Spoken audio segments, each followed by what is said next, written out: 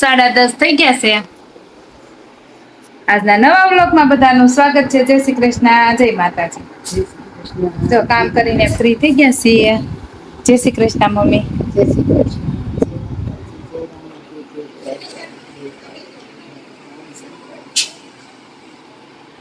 જય સીતારામ, જય રામચંદ્ર ભગવાન.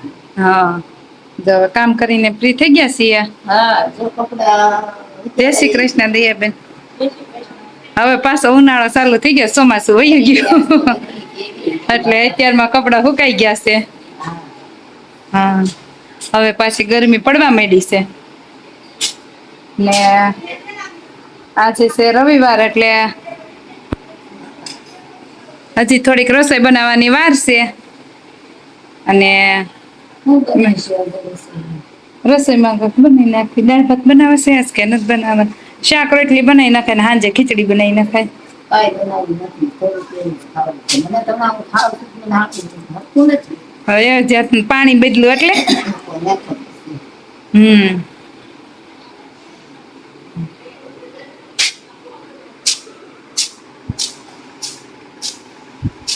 જો બપોરની રસોઈ તૈયાર થઈ ગઈ છે. આ લોકો બધા ખાવા. તો લીલી ચોળીનું શાક અને રોટલી બનાવ્યા છે આજે. હા, મરબો છે, કેવડા છે, દહીં છે, છાશ છે, ઘણું છે. ચટણી છે, દૂધી છે. જો અહીંયા તો દહીં ને છાશ ભેગું થાય છે. હાલો બધા જમવા. ગોળ જે ખાવું હોય. હા, એમાં ક્યાં વાંધો થઈ? છાશ ને દહીં મિક્સ.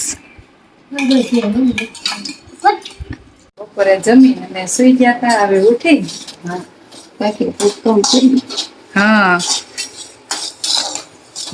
આખું જીરું શેકે છે મમ્મી. આખું જીરું શેકીશ તો ધાણા શેકી વાળાની. એટલે આ ધાણા ને આખું જીરું શેકી પછી મિક્સરમાં દળી નાખી. ધાણા જીરાનો શેકેલો પાવડર બનાવવાનો છે. હા, એનો ટેસ્ટ બહુ સારો આવે. શાકમાં ને એમાં નાખીને એટલે ટેસ્ટ સારો આવે. હા, એટલે મેં કીધું લાવ શેકી દઉં. હા, આજ મિક્સર ઉતારવાનું છે ને 2-3 કામ કરવાના છે. હા, એક સરગવો કટિંગ કરીને મૂકાયો છે અને આંબલીનો પાવડર બનાવવાનો છે. આજ બધું કરી જ નાખવાનું. હા, એટલે મિક્સર ઉતારવાનું છે ને તારે બધી દળાઈ છે ને એક સાથે. તો જો ધાણા જીરું પાવડર શેકાય છે અને આંબલી અમે ફ્રીઝરમાં મૂકી દીધી છે. હા, ત્યાં દળશું ત્યાં બતાવીશ. હા, આંબલી ફ્રીઝરમાં મૂકીને એટલે ફટાફટ પાવડર સરસ થઈ જાય. હા, આવે જો 6 વાગી ગયા છે અને આ જીરુંની શેકો તો ને એ હવે પીસવાનો વારો આવ્યો છે. હા, મહેમાન ગયા. હા, મહેમાન આવી ગયા હતા ને તે હું અહીં પીસતી જાશું ને મમ્મી સાળતા જાય છે. હા, જો સાળતા જાય. જો કાજલ પીલે છે જીરું.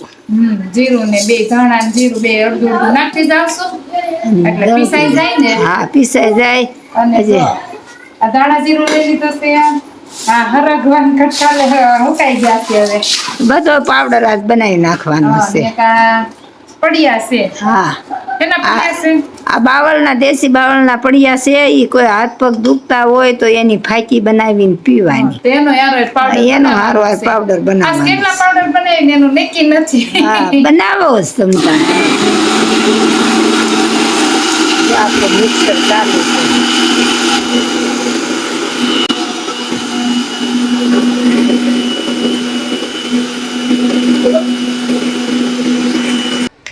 જો ધાણા જીરું પાવડર દળાઈ ગયો છે. જો આપણે શેકીને ઘરે બનાવ્યું ધાણા જીરું. બમણી ભરાઈ ગઈ છે. હા, મસ્તીનું બન્યું. સ્વાદ બહુ આવે ને ધાણા જીરું શેકેલાનો.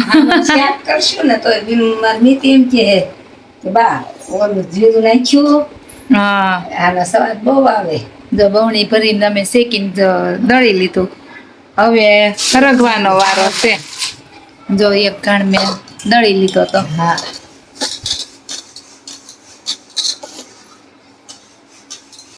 હવે જો સરગવાનો પાવડર પણ દળાઈ ગયો છે. એના પણ ડબલા ભરી લીધા.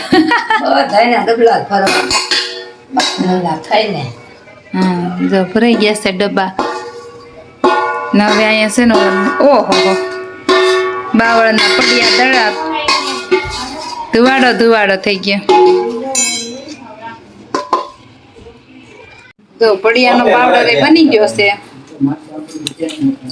હવે કરવાનો છે આમલીનો પાવડર. આમલી તો ફ્રીઝરમાં મૂકી દેવાની અને આવી રીતના જામી જાય ને પછી દળી લેવાની. જો આપણે આ ફ્રીઝરમાં આમલી મૂકી હતી ને એ આ મિક્સરમાં દળી લેવાની.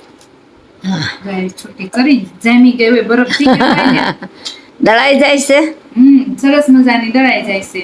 મીઠું નાખતું જવાનું. હા, જો આ મીઠું નાખતી જાવશું. નાની ચમચી છે એક ગામમાં 2 ચમચી મીઠું નાખું છું તો આ સરસ મજાનો આવો આમલીનો પાવડર થાય છે. હા, મસ્તીનો થાય છે પાવડર તો સરસ થઈ ગયો. લ્યો મિક્સરમાં સરસ દળાઈ જાય છે.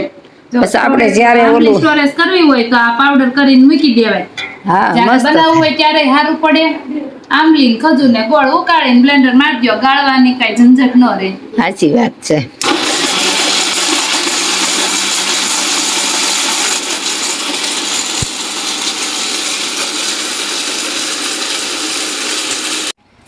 જો આમલીનો પાવડર બની ગયો છે. હા, બધા આવજો ચટણી ખાવા.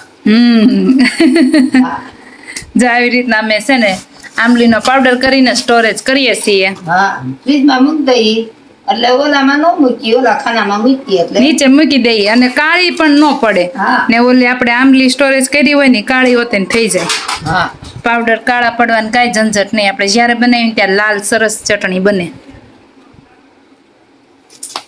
જો આ ડબ્બો ભરાણો.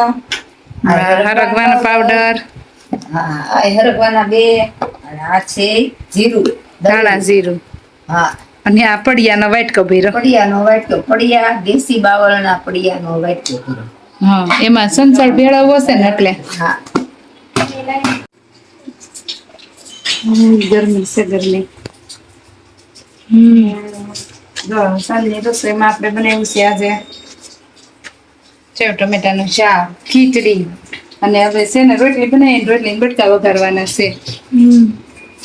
તો રોટલીને બટકા વઘારવાના. તેલ ગરમ કરશું ને ત્યાં રોટલીને કટકા કરી લઈ. અને જો બધા પેલી રૂમમાં બેઠા છે.